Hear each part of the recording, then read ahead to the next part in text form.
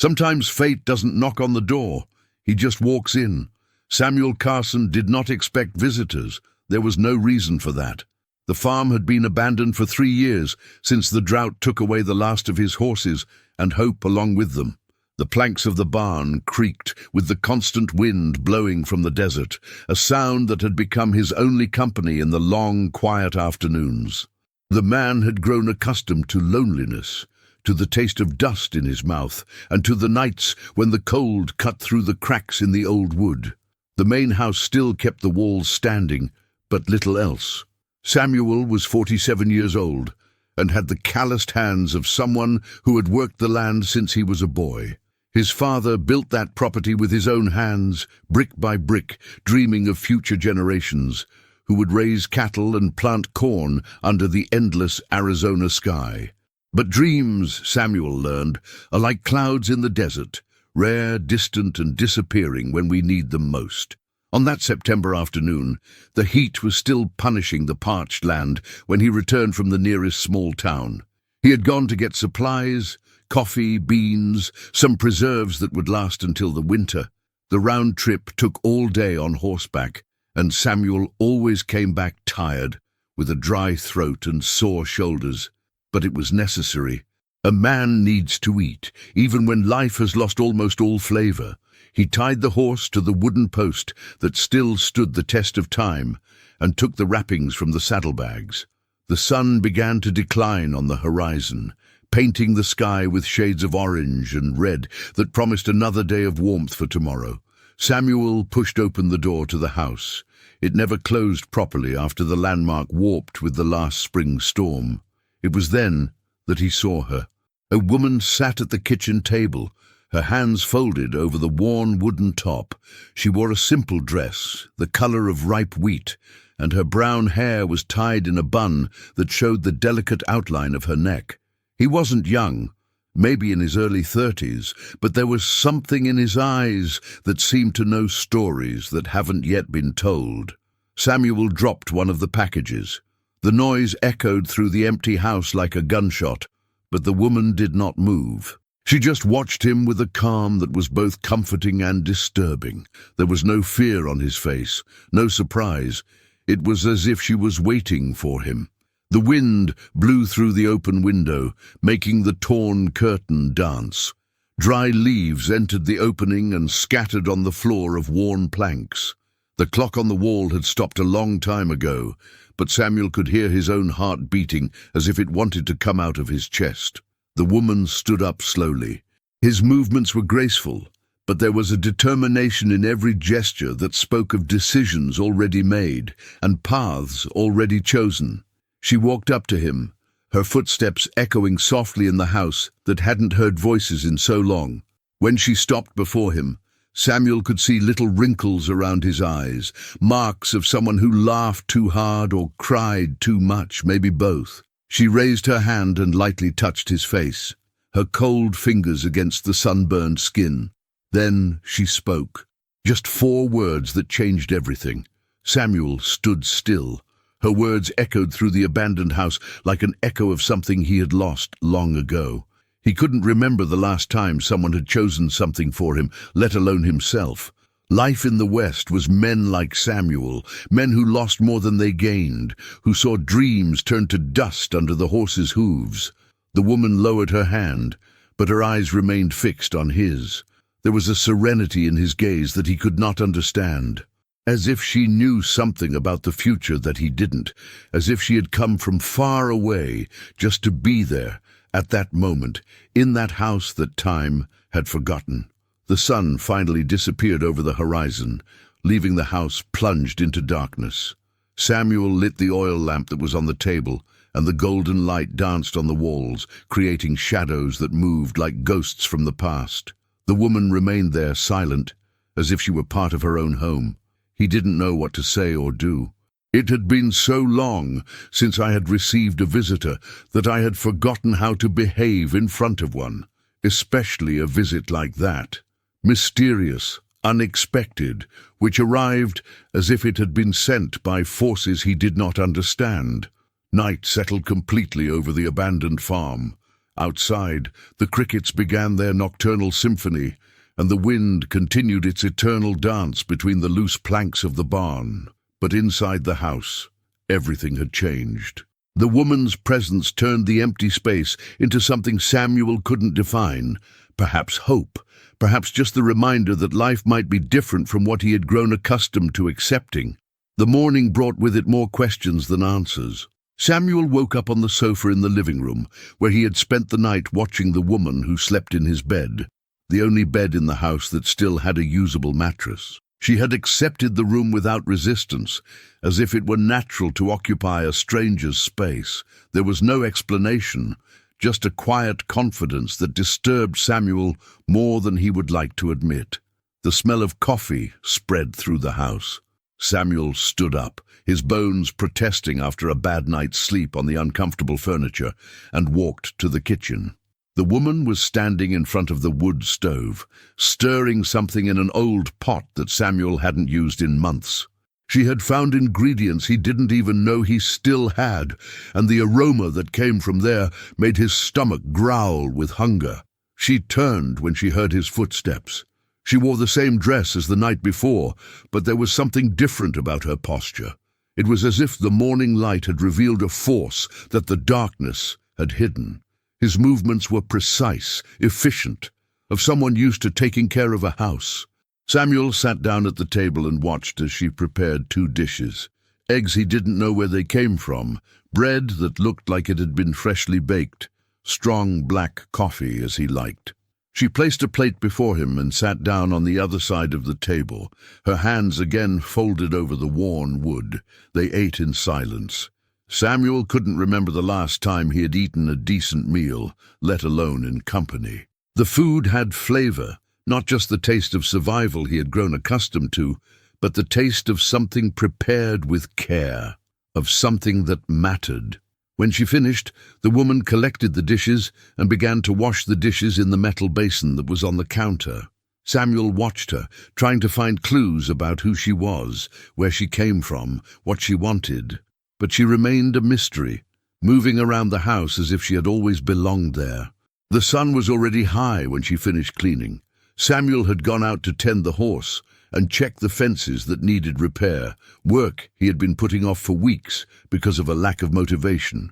When he returned, he found his wife sitting on the porch, watching the horizon where the desert met the sky. She scrambled the space on the wooden bench without saying anything. The wind blew gently, bringing the smell of sage and dry earth. It was one of those moments when silence said more than words could express. Samuel finally mustered up the courage to speak out.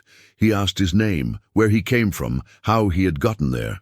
She looked at him with those eyes that seemed to know ancient secrets, and just shook her head. It was not refusal, but something closer to impossibility, as if the answers he sought could not be given in simple words. Instead, she got up and walked to the barn. Samuel followed her, curious and at the same time apprehensive. Inside the abandoned building, among the warped planks and rusty equipment, she found a metal bucket and began to gather the eggs that the wild chickens had laid in the makeshift nests. It was impossible. Samuel was sure that there had been no chickens on the property for over a year. He himself had sold the last ones when the money was running low, but there were the eggs, fresh and warm, as if the birds had never left. The woman filled the bucket and went back to the house. Samuel stood in the barn, trying to understand what was happening. The world seemed to have changed overnight, as if old rules had been suspended and new possibilities had taken their place. When he returned home, he found his wife preparing bread dough. His movements were rhythmic, almost meditative. Samuel sat down at the table and watched her work. There was something comforting about the scene, a domestic normalcy that he had lost so long ago that he almost forgot what it was like to have someone take care of the little things that make life worth living. The afternoon passed quickly. The woman took care of the house as if it were her own, fixing small problems that Samuel had ignored, organizing things that had been left to chance. There was no hurry in his gestures, no anxiety, just the calm determination of someone who knew exactly what he was doing. As the sun began to decline again, Samuel realized that he had spent the whole day without thinking about his loneliness. The woman's presence had filled a void he didn't even know existed. It was as if the house had recovered its lost soul. They dined again in silence, but this time the silence was different. It wasn't the absence of conversation, but the presence of something deeper, an understanding that needed no words. Samuel began to realize that perhaps the questions he wanted to ask were not the right questions. When night came, the woman retired to her room again. Samuel stood in the living room looking out the window at the stars shining in the clear desert sky. There was something going on there, something that challenged his understanding of the world. But for the first time in years, Samuel didn't feel alone. The house breathed differently now. The planks creaked less, the wind seemed gentler, even the crickets sounded more melodious. It was as if the abandoned property was slowly coming back to life, awakening from a deep sleep that had lasted far too long. Samuel fell asleep on the couch again, but this time sleep came easy and peaceful. In his dreams, he saw the farm as it had been in his father's time, full of life, with animals grazing in the green fields and smoke rising from the chimney of the house. And in all the dreams, the woman was there, as if she had always been part of that story. On the third day, Samuel discovered that he had not been alone for long. The woman had disappeared before dawn. Samuel woke up to the smell of ready-made coffee and fresh bread, but the house was empty. He looked for her in the vicinity, called her name, a name she had never said, but that he somehow knew. Eleanor. He found her in the family cemetery behind the house. It was a small plot surrounded by rocks, where his father, mother, and his wife. Samuel stopped at the entrance, his heart tightened. I hadn't been there for 2 years. Elena was kneeling before the simple marble headstone that marked Martha Carson's grave. The stone was clean, the surrounding wildflowers neatly arranged. Elena's hands moved over the earth as if they were conversing in a language that only the dead understood. Samuel approached slowly. The tombstone glowed in the morning sun as if it had been freshly polished. The recorded words sounded sharper than he remembered. Martha Carson, beloved wife, who brought light where there was darkness. Elena stood up and looked at him. His eyes were moist, but not from sadness. It was something different, understanding perhaps, or acceptance. She walked over to Samuel and touched his hand. His fingers were cold, but the touch brought a peace he hadn't felt in years. It was as if Martha was there, among them, blessing that impossible moment. They returned to the house in silence. Samuel made coffee while Elena sat at the table, watching him with that calm that had already become familiar. As he sat down before her, Elena reached out and touched the scar on her forehead, a mark left by the accident that took Martha. In that touch, Samuel understood. Elena was not a stranger who had arrived by chance. She was there for Martha, sent by her, or for something greater than both. The abandoned farm wasn't being brought back to life by magic. It was being healed by the love Martha had left behind. Elena got up and went to the old trunk that was in the corner of the room. Samuel watched as she took photographs he had kept after Martha's death. Photos of the wedding, of the early years of the farm, of the dreams they had built together. She spread the photographs on the table like cards from an old game. In each image, Martha smiled. The smile Samuel had forgotten how beautiful it was. Eleanor touched each photo carefully, as if they were holy relics. Then Samuel understood why Eleanor had come. Not to replace Martha, but to help him remember that love doesn't die with the body. That dreams don't have to be buried along with those who dreamed them first. The rest of the day passed like a wake-up call. Elena showed Samuel things he had forgotten, where Martha planted her favorite flowers, how she organized the preserves in the basement, the little rituals that made that house a home. In the evening, they sat on the porch again. The sky was clear, full of stars that seemed brighter than Samuel remembered. Elena pointed to a constellation that Martha had always loved, the constellation of Cygnus, flying eternally through the Milky Way. Samuel felt something changing inside him. The pain she had been carrying for 3 years had not disappeared, but was turning into something else. In gratitude, perhaps, or in understanding that Martha had never really left. Elena got up and entered the house. Samuel stood on the porch, stargazing and feeling for the first time in years that tomorrow could be different from yesterday, that the farm could become a home again, even if Martha was no longer physically there to see it. When he finally entered, he found Elena packing some things in a small bag. She looked at him and smiled, the first smile he had ever seen on her face. It was a farewell smile, but also a mission accomplished. Samuel understood that she would leave in the morning. His work there was finished. She had come to remind him that there was still life to be lived, love to be honored, dreams to be rebuilt on the foundations of what had been lost. That night, Samuel slept in his own bed for the first time since Martha's death. Elena had left before dawn, but she left something behind, not only the clean, tidy house, but the reminder that choosing to live was the best way to honor those who had departed. Samuel woke up alone, but he didn't feel abandoned. The house kept the smell of fresh bread and coffee, as if Elena was still there preparing breakfast. But when he got up and walked to the kitchen, he found only a cup on the table and a note written in delicate handwriting that he recognized immediately. It was Martha's handwriting. "Keep planting. She's waiting." Samuel folded the paper and put it in his shirt pocket. He stepped out onto the porch and breathed in the fresh morning air. The world looked different, the colors brighter, the horizon closer, as if a fog he didn't know existed had finally dissipated. He walked to the barn and found tools he hadn't used in years. Shovels, hoes, seeds stored in old cans that Martha had organized before leaving. Everything was exactly where she used to leave it, as if Eleanor had prepared this moment. Samuel spent the morning plowing a small piece of land behind the house. The land was hard, parched by years of neglect, but his hands reminded him how to work the soil. Each move brought back memories of when he and Martha planned together what to plant each season. She found the sunflower seeds that Martha loved. She said that they were brave flowers who always turned their faces to the sun, even on the most difficult days. Samuel planted an entire row, watering each seed with precious water from the well that was still working. When the sun was high, he heard the sound of hooves approaching. It was Tom Bradley, the nearest neighbor, who lived 15 miles away. Samuel hadn't seen him in months. Tom got off his horse and approached with that cautious way of someone who doesn't want to bother.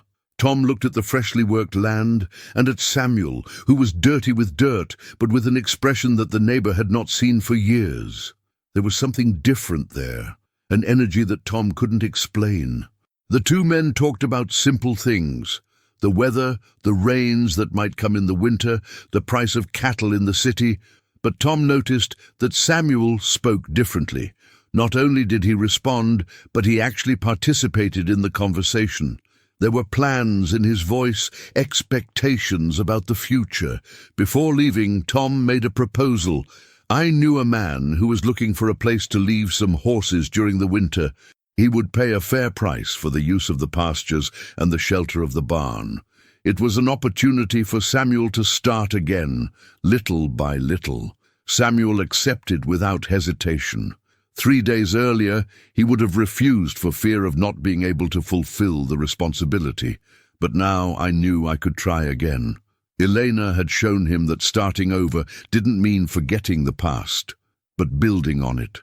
Tom left, promising to return the following week with the horses. Samuel stood in the middle of the yard, watching the dust rise behind his neighbor's horse. For the first time in years, he had something to look forward to. The rest of the day went by quickly. Samuel repaired the corral fence, replaced some loose barn boards, cleaned the animals' drinking trough, work that had been postponed for a long time, but which now seemed urgent and important. In the afternoon, while organizing the tools, he found a rag doll at the bottom of an old box. It was a toy that Martha had made for the daughter they never had. Samuel held her for a moment, feeling the soft fabric between his fingers. For the first time, the memory did not only bring pain, He also brought the image of Martha smiling as she sewed, softly humming a song she had learned from her mother. They were good memories, which he had buried along with the sadness. Samuel placed the doll on the shelf in the living room, next to the photographs that Elena had spread on the table days before. The house was filling with life again, not just with physical presence, but with the memories that make a place become a home. When night came, Samuel lit the lantern and sat down at the table with paper and pencil. He began to make a list of everything that needed to be done on the farm. Repairs, improvements, plans for the next season. It was a long list, but he didn't feel intimidated. For the first time in 3 years, Samuel Carson was making plans for the future. And even though Elena was gone, he knew that she had left something precious behind, the certainty that he had been chosen not only by her, but by life itself to keep trying. Outside, the night wind blew between the barn boards, but now the sound was no longer one of abandonment.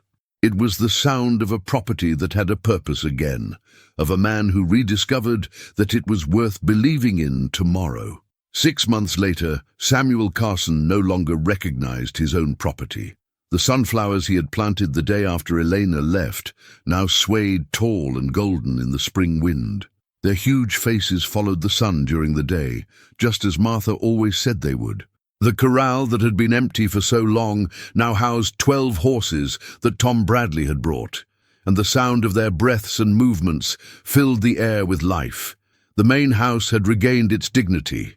Samuel replaced the rotten planks on the porch, repaired the windows that wouldn't close, and painted the exterior walls with white paint that glistened in the Arizona sun. Smoke rose again from the chimney on cold mornings, and the smell of homemade food spread through the yard.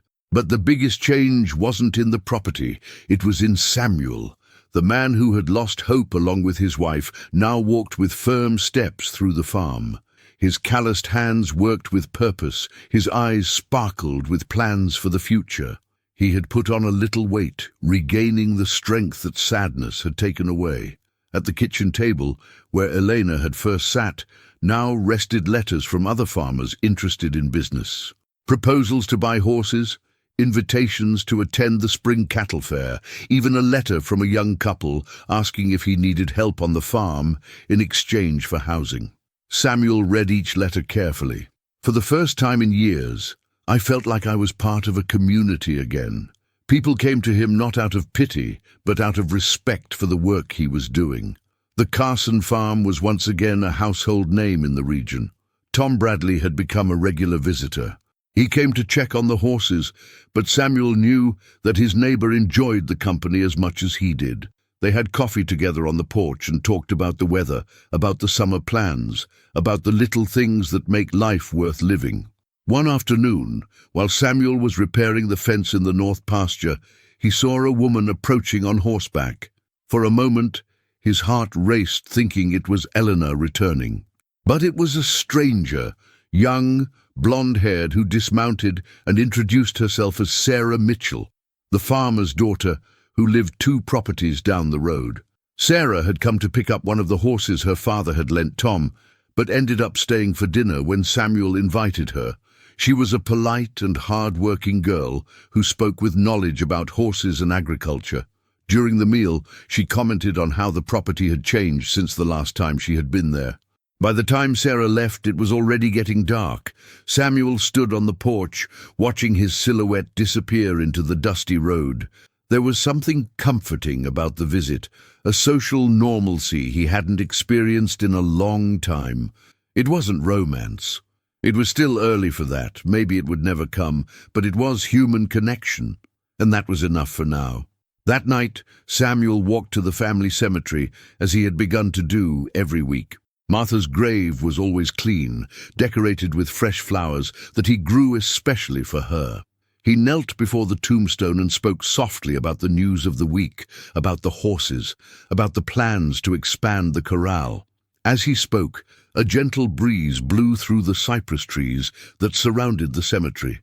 For a moment, Samuel had the feeling that Martha was there, listening, approving of the changes he had made. It wasn't sadness he felt, but gratitude, for the life they had built together, and for the strength she had left for him to continue. He returned to the house and sat down at the kitchen table. He took paper and pencil and began to write a letter to the young couple who had asked about work. Yes, he needed help. The farm was growing again, and it would be nice to have young people around with energy and fresh dreams to invest in the land. As he wrote, Samuel thought of Elena and the words she had said the first night, "I have chosen you." Now he fully understood what she meant. It had not been an arbitrary choice, but the recognition of something that already existed within him, the ability to start over, to honor the past by building the future. The Carson farm was alive again. Not in the same way it had been with Martha, but in a new way, built on the solid foundation of the love they had shared. Elena had come to remind him that choosing life was the best way to honor those who had departed. Samuel finished the letter and folded it carefully. Tomorrow I would take her to the city to post. Then he would return home, because that was what the property had become again, a home, a place where the past and the future met in harmony, where a 47-year-old man had learned that it is never too late to start over. Outside, crickets sang their nocturnal symphony. Horses breathed easy in the corral, and the wind blew gently among the sunflowers that swayed like golden sentinels, protecting the dreams that bloomed again in the arid land of Arizona. Samuel Carson had been chosen, and now, finally, he knew why. If you enjoyed this Wild West story and want to follow more exciting narratives about courage, redemption, and second chances, don't forget to subscribe to our channel. Every week we bring new stories that touch the heart and awaken the soul, always with that special touch of the Western that teaches us about the strength of human character.